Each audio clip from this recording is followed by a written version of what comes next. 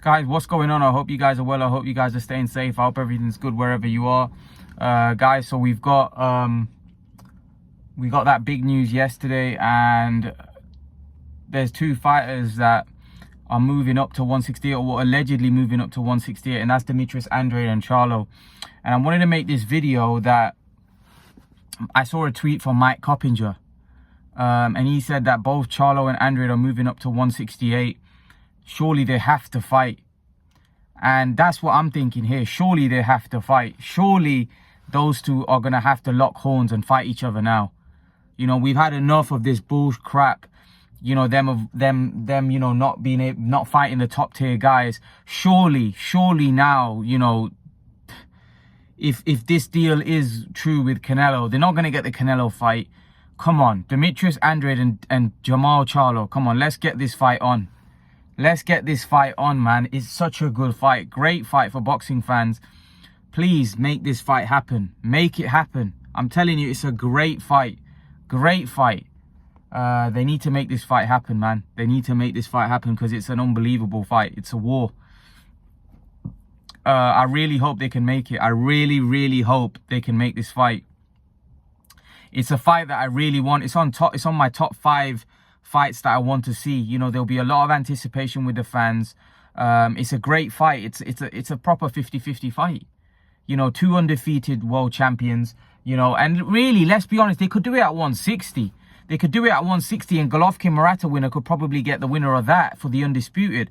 I don't see what the issue is here. I don't see what the problem is here. I don't know whether it's ego. I don't know whether it's Charlo avoiding, but this is a must. This is a must fight. It's a must fight. It must be a fight that they must do. It's going to hurt their legacies, man. It's going to hurt their legacies big time if they don't fight each other. Massively. I feel it's going to hurt their legacy. If those two don't get in the ring by the time they've finished their careers, I feel like, and they've just wasted their careers by chasing a fight. Look, I've seen this chapter before. I've read this chapter before. It hurts a fighter's legacy. I've seen Amir Khan not fight Kell Brook. I've seen Amir Khan chase the Mayweather fight and avoid a lot of other big fights like your Thurmans, like your Brooks that wanted to fight him. You know, it hurts your legacy. In the long run, it hurts your legacy. So I don't know what Jermall Charlo... Like, I made a video about yesterday that, you know, Eddie Hearn said Jermall Charlo's fought nobody. And I actually said Jermall Charlo has got some decent names. And someone, I don't know whether it was it James? I don't know if it was James. I don't know who it was. I don't think it was James. But it's one of you said that, oh, well, you know, you say that he's fought some decent names, then you contradict. No. He's fought some decent names. But his resume, he hasn't got one elite win. Like one win where you could say he fought another undefeated world champion. You know, legacy fights. None of those fights were legacy fights that people are going to look back and say, wow, Jermall Charlo was a great fighter. He's a this, that, and the other. He hasn't had those fights. Even if he loses and puts in a great performance, there's no shame. But at the minute, Jermall Charlo's not really beaten anybody where you could say, wow, he had a unification fight with Andrade and he beat Andrade. He hasn't had that marquee fight. He hasn't had that marquee name on his resume. Andrade would be that. And same for Andrade. Andrade hasn't had that. So even though I think Jermall's resume is better than Andrade's is...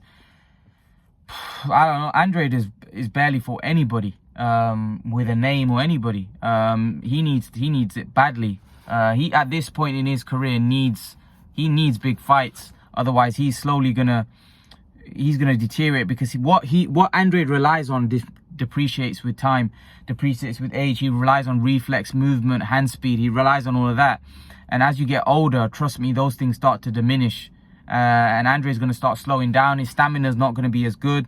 Yeah, he's relatively fresh. He hasn't had really a lot of hard fights, so that's on his side. But at the end of the day, human, you know, nature's nature. And once nature starts taking its course, it doesn't matter what you do, how you train, how fresh you are, your body starts to weaken. It starts to feel niggles. It starts to get injured a lot more as you get older. That's just human nature taking its course, man. That's just human nature taking its course. So to be honest with you, I think you know, Andrade needs to get a move on. So that's why I think this fight makes so much sense for both of their careers. I just don't understand why, you know, this fight hasn't happened. I don't understand why, you know, like, listen, Rick Glazer said something the other day. He said when two fighters want to fight, the fight happens. When two fighters want to make a fight, the fight usually happens. When somebody doesn't want the fight, that's when usually the fight doesn't happen, right? So we can clearly see that, you know, Demetrius Andrade wants to fight Jermall Charlo, but it seems like it's Jermall Charlo that doesn't really, you know, fancy it, in the sense that I don't think he's scared. Jermall Charlo is a warrior. Jermall Charlo fight anyone, but Jermall Charlo does seem like he doesn't seem to be interested. He came out with an excuse that, you know, Andrade is a horrible fighter, and he mentioned the same thing as Canelo mentioned, but it just doesn't make sense because everybody wants to, or like most boxing fans would like to see that fight. So it doesn't make sense to why, you know, and you know why he wouldn't be interested in a fight of that magnitude. You know, it's a massive fight, and we would all, as boxing fans, tune in and we'll all be excited for it. So surely these two have to get it on. They have to lock horns, bump heads, and get this fight together. Especially now with the news yesterday, if Canelo is now fighting another 2 fights, what are you going to do? Keep waiting until he picks you?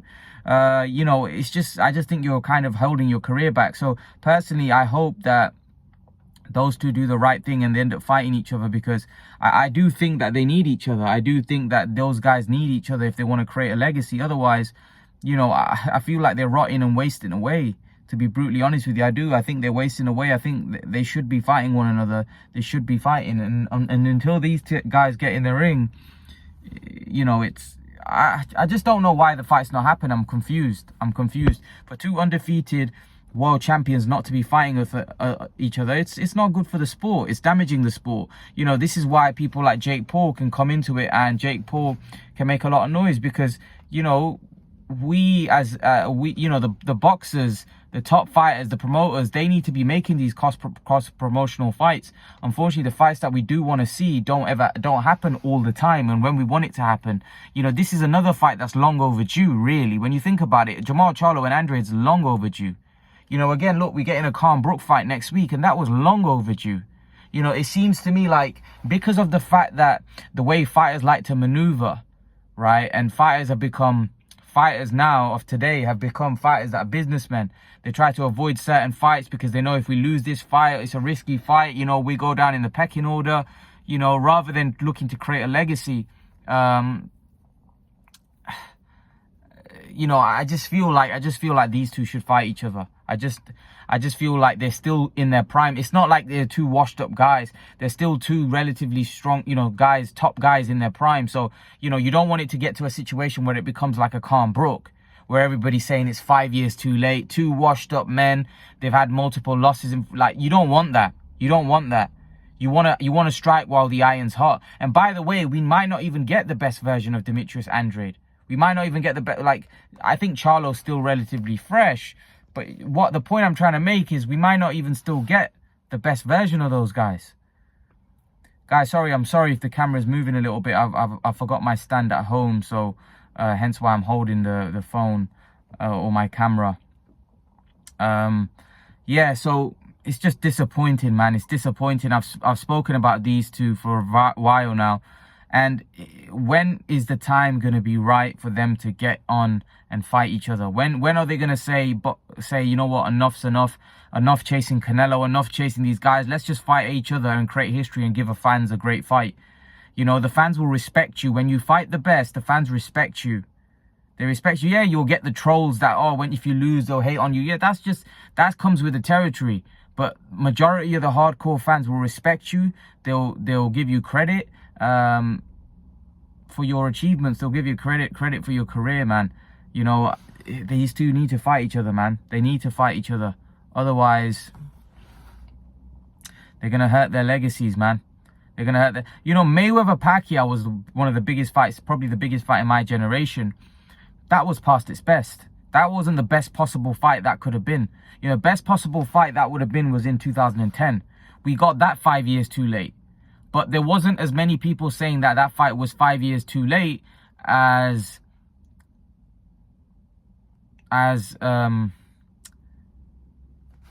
this. Sorry, what was I completely lost it there. So Mayweather and Pacquiao was 5 years past its best. But they were still top guys, but it wasn't the best possible version of that fight could have been. The best possible version could have been in 2010, where both guys were around their peaks. You know, you don't want it to get to a... But what you got to realize is those two guys were of a very high level. So even towards the back end of their careers, they were still at the top of their game and probably the best in the division still. But it wasn't the best possible version of that fight could have been. And the fight was absolute terrible, right? Because I feel like Mayweather, he just tried to neutralize Pacquiao. But Pacquiao didn't have what he had 5 years earlier. And I'm not saying Pacquiao would have beaten Mayweather. I'm not saying that. What I'm saying is I think Pacquiao would have given a much better account of himself 5 years earlier.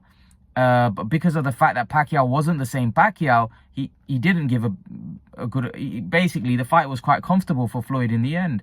So what we don't want is two diminished fighters like we've got with Khan and Brook, who actually aren't even championship level fighters anymore. You know, there's an argument whether they're not even the best fighters in Britain at welterweight anymore. You know, there's a young star in Conor Benn emerging.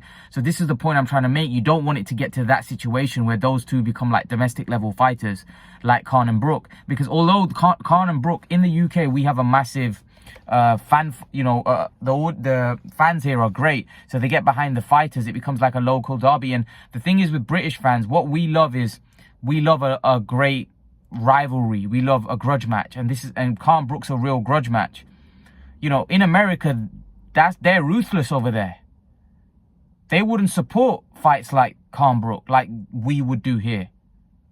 Once guys get past their best, it's not the same. Like people saying Mayweather and Pacquiao were still the top of the sports. They were probably two of the best fighters at the time they fought. It's just that they weren't as good as what they once were.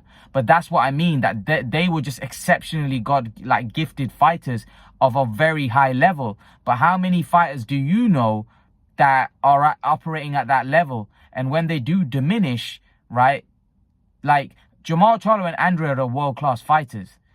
Mayweather and Pacquiao were in the league of their own. They were elite. They were the elite of the elite, right? So if they drop a level, they're still world-class. They're still great.